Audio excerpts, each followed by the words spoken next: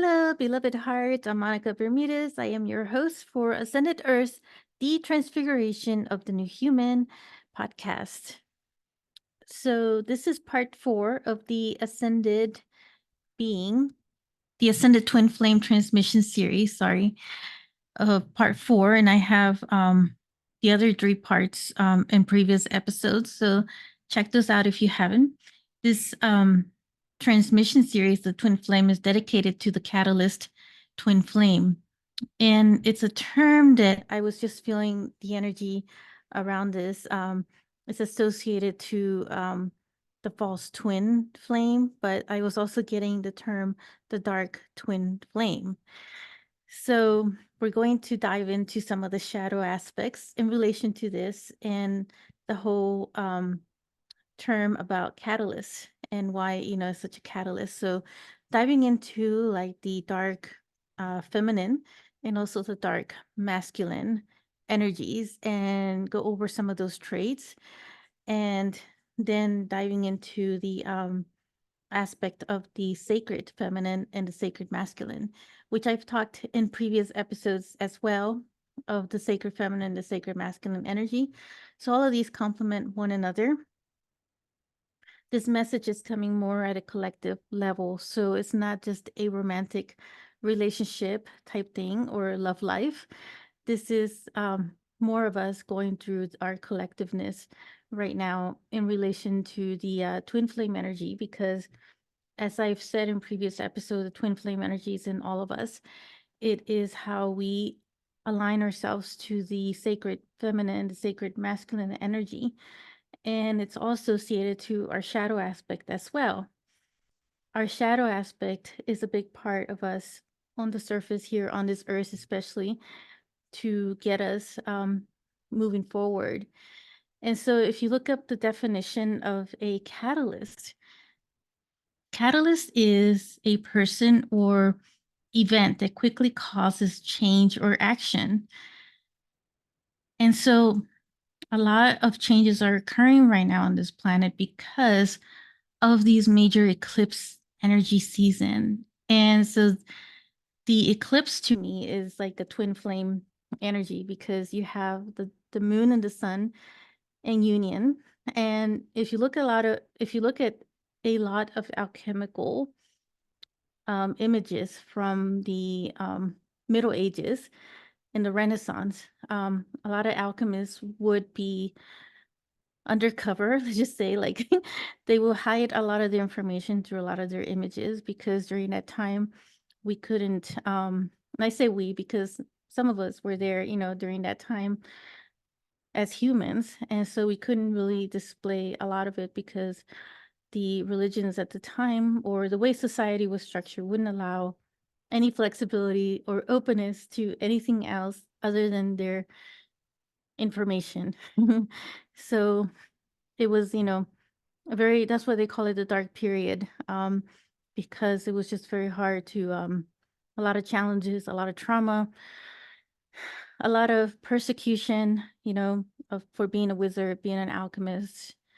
So, that is the nature of the duality of finding ourselves with the shadow and the light. So we can't always be too much light or too much shadow. So when you look at the dark feminine energy and the dark masculine energy, there's also a light feminine energy and a light masculine energy. So these are dual in their own way.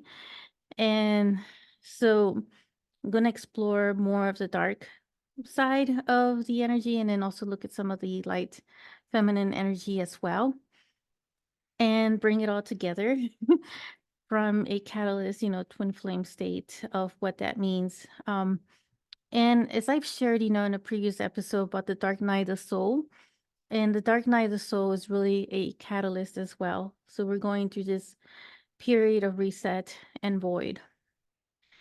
And so that's really what happens when we tap into our dark feminine energy and dark masculine energy, and they're not necessarily all bad. There is, something about like when you go too far into the shadow, and you can kind of get lost in that way. But it's really a balancing state of these two states of energies, right? So we look at the attributes of a dark feminine energy.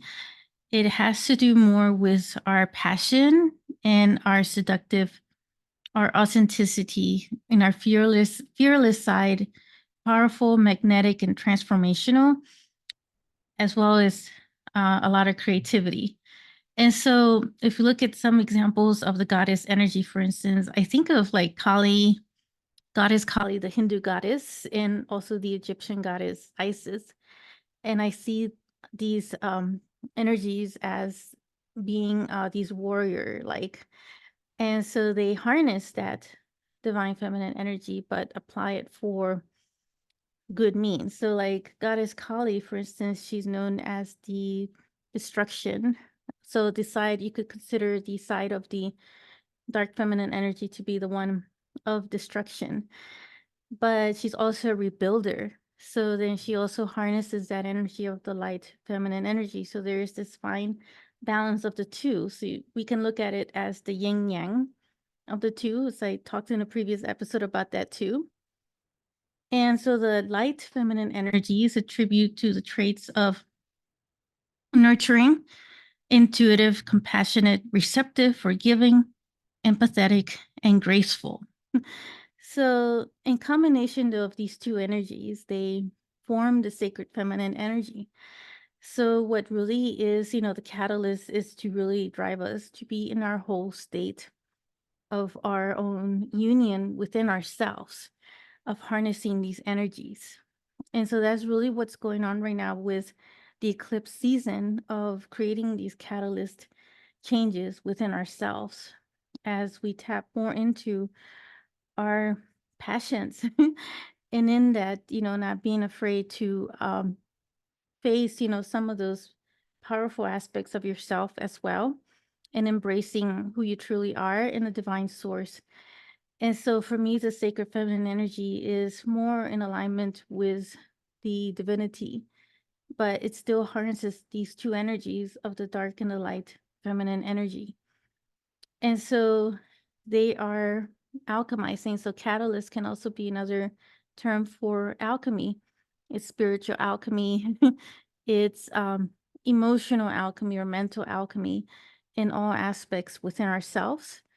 So as we build ourselves, in each one of these different phases and thinking about these different attributes, we can, relate to some of these and how, we can use it for the greater good of, the highest vibrational timeline for ourselves and also for others. So, those are, some very important key takeaways from that, those traits for each one of those. And so we explore now the dark masculine energy. We could say that the dark masculine energy. So some of the traits of the dark masculine energy is to be raw, unfiltered masculine energy associated with like the ambition, the drive, the assertiveness, the resilience, and the self-confidence, the willingness to conquer one's intentions and having these fearless pursuits of your own soul's desires or what sets your soul on fire. The light masculine energy traits is about being a protector, endorsing strength, and honoring and duty. So when we create, the sacred masculine energy, we are harnessing a lot of these because as, the masculine energy is also a protector for the sacred feminine energy, it's also building these other foundations to allow the sacred feminine energy to be an expression of the as being highly intuitive in connection to the higher source, cosmic connection, which is your higher self. And so allowing a place of comfort and safety to be able to express that divine voice on the surface of the earth. And so really just having that um self-confidence, right? So it's really like the self-confidence as well. So in a way though, they kind of relate to this of the dark feminine energy as well. So these, tapping into these are, catalyst type energies that help us in our way of like uniting more of our sacred feminine and our sacred masculine energy. Now, as I've said in previous episodes, we harness both of these energies. Doesn't matter if you're male or female. We have divine masculine. We have, divine feminine energy within ourselves. And sometimes we may feel like it's too much in some of those areas. But that's where, you come in with trying to notice, where that fine balance is. And as I've talked in previous episodes where I talk about the balancing of the shadow and the light, and it's really just being aware of when you feel that something is out of alignment in that area. So as as I've said, or as it's been talked about, the catalyst is in relation to the false twin flame, in other words. And I myself personally have experienced that, in relationships or romantic relationships. So they do serve as a catalyst as well to really help you, on your path of greater, deeper awakening as well, because that's really what these are also.